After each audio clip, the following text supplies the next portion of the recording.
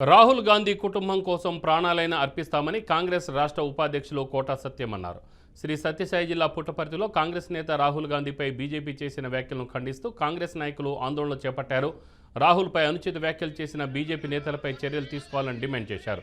BJP నేత చేసిన వ్యాఖ్యలు వెనక్కి తీసుకోవాలని, లేని పక్షంలో కాంగ్రెస్ నాయకులు విజృంభిస్తే బీజేపీ తట్టుకోలేదని కోటా సత్యం హెచ్చరించారు.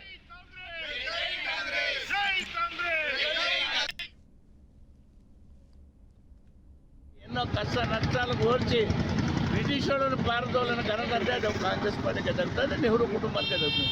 అటువంటి కుటుంబంలో పుట్టినటువంటి రాహుల్ గాంధీ గారిని ఈరోజు తను బుద్ధి ఉండో మరి మతిస్థిమితం భ్రమించి మాట్లాడినాడో అది మాకైతే అర్థం కాదా.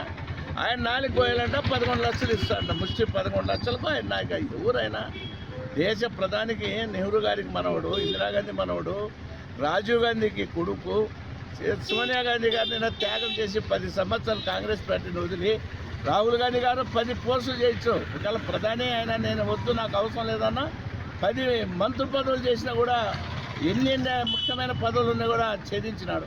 ఈరోజు కూడా ఆల్ ఇండియా ప్రెసిడెంట్ అయినా ఉండాలా, అయినా నాకు వద్దు ఇంకోరికి ఇస్తానని ఒక దళితునికి ఇచ్చిన ఘనత కూడా అది కాంగ్రెస్ పార్టీకే దక్కుతుంది.